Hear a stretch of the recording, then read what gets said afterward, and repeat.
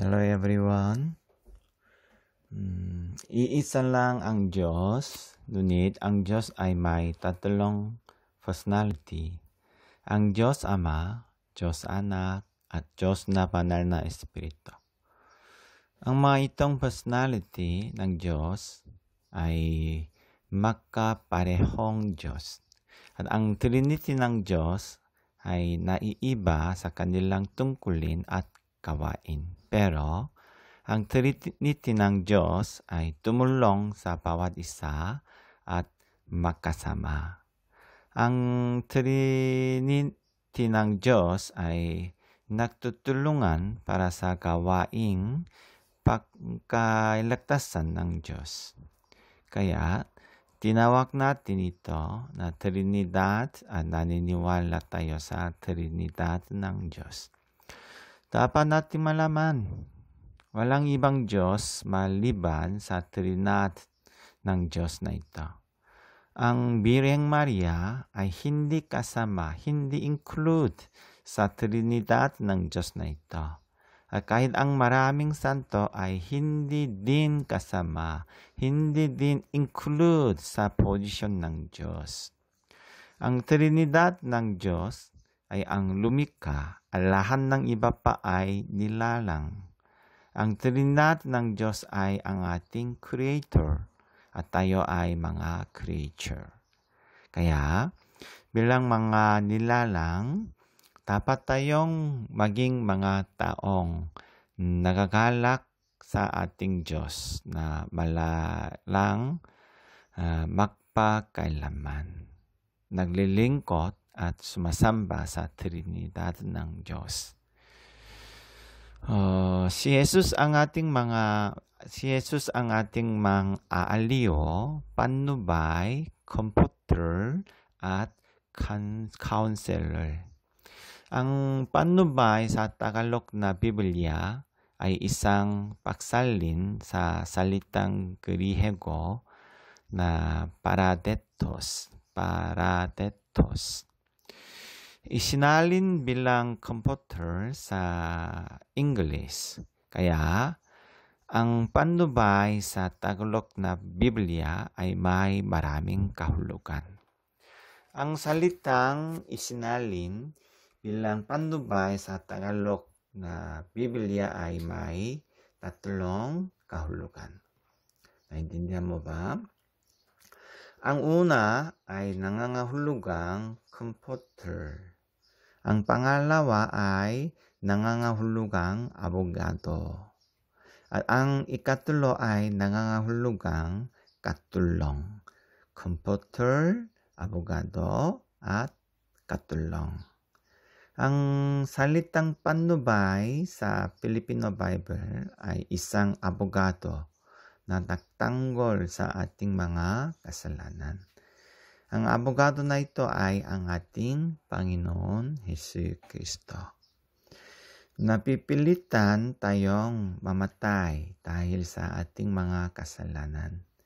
Ngunit ang Panginoon ang siyang nagtatanggol sa ating upang makatanggap tayo ng kapatawaran sa ating mga kasalanan.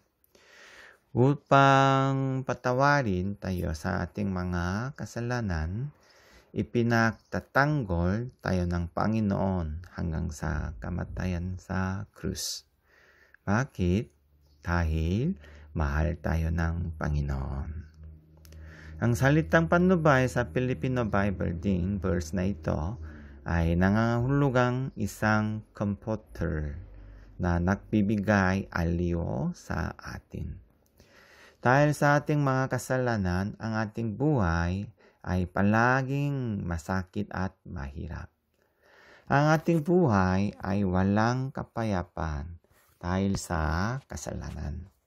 Walang galak. Ngunit, kahit masaya tayo na yon, walang nakakaalam kung gaano kalaki ang pagdurusa natin bukas.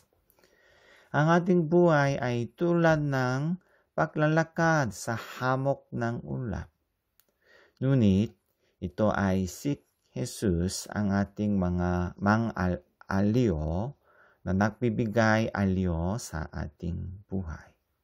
Ang Panginoon ay lumalapit sa ating problema at tahimik na bumubulong. Pagod ka ba? Sasamahan kita. Huwag kang umiyak. Ito ay ang mang-aaliw ay si Jesus na nagpapatibay sa atin upang tumayo at maglakad sa landas ng pananampalataya. Ang pangatlo, ang salitang panubay sa Filipino Bible verse na ito ay nangangahulugang katulong. Hindi natin maaaring magpasya sa ating buhay sa pamamagitan ng ating sarili lamang. Kapag tumating ang panganib, hindi natin mapigilan ang ating sarili. Kapag nakatayo tayo sa harap ng panganib at kahirapan, ito ay si Jesus ang mang-aliw na nagpapatibay, nagbibigay lakas at tumutulong sa atin. Ang Panginoon, ang mang-aaliw, ay palaging kasama natin upang tulungan tayo. Si Jesus ay bilang isang katulong na alam ang kailangan natin, kung ano ang gusto natin at tinutulungan tayo. Tama? Kaya kailangan natin si Jesus bilang mangkatulong upang mailigtas ang ating buhay. Nang dumating si Jesus sa ating upang iligtas tayo sa mundong ito, si Jesus ay tagapayo at panubay sa 12 alagad at lahat ng sumunod kay Jesus. Si Jesus ang kanilang ginhawa, abogado at katulong. Tama? Ngunit, si Jesus ay namatay sa krus. Ang panubay, abogado at katulong ng mga tao ay nawala. Ngunit, nang muling bumangon ang Panginoon, nakilala nila ang kanilang abogado, tagapag-aliw at katulong. Gayunpaman, ang Panginoon ay hindi makakasama ng mga alagad magpakailanman sa mundong ito. Ang Panginoon ay dapat umakyat at bumalik muli para sa kompletong kaligtasan.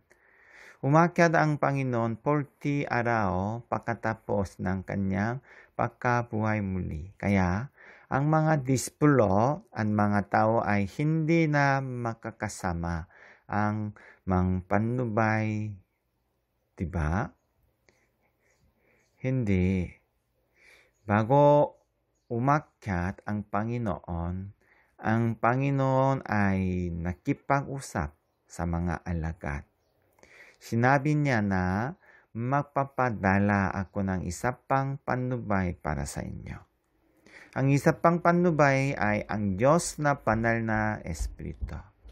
Ang Diyos na banal na Espiritu ay ang banal na Espiritu ni Jesus. Ang Espiritu ni Jesus ay ang mang-aaliw.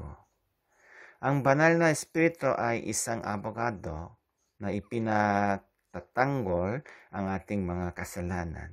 Isang tagapag-aliw na nagbibigay ng aliw sa atin at isang katulong na tumutulong sa atin.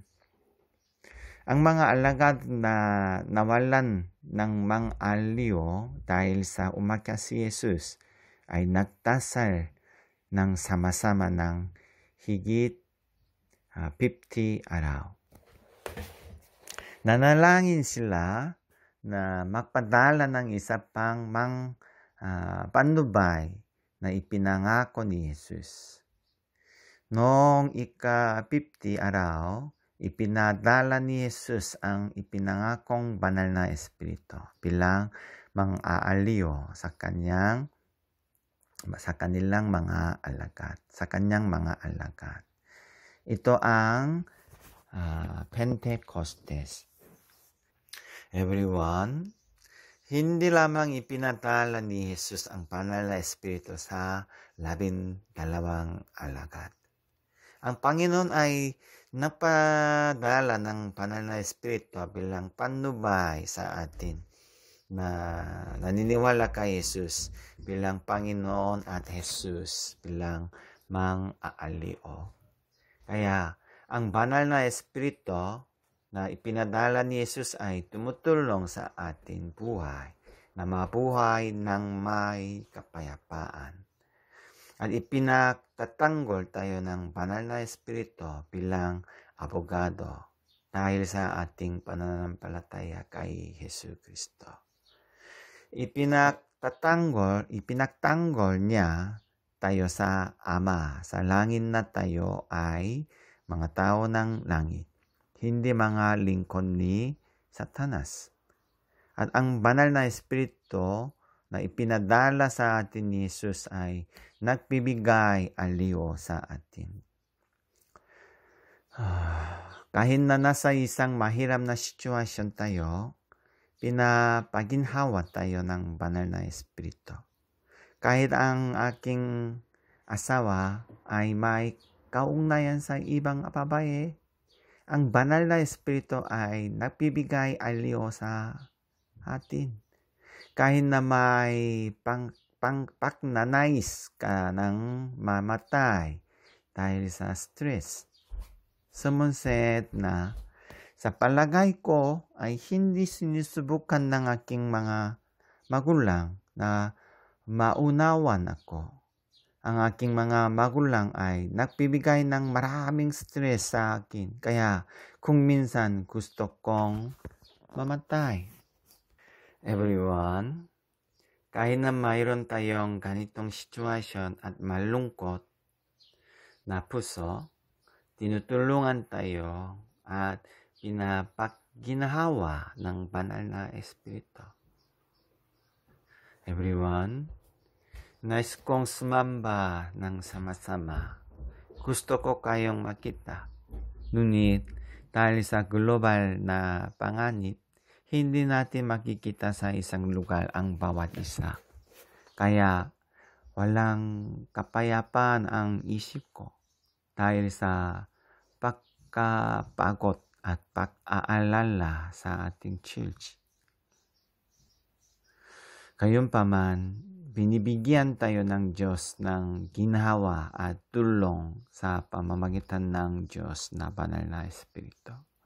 Hindi ko kayo makita, ngunit kapag tayo ay nagdarasal ng sama-sama, ang Banal na Espiritu ay makokonekta sa atin sa oras ng pagdasal.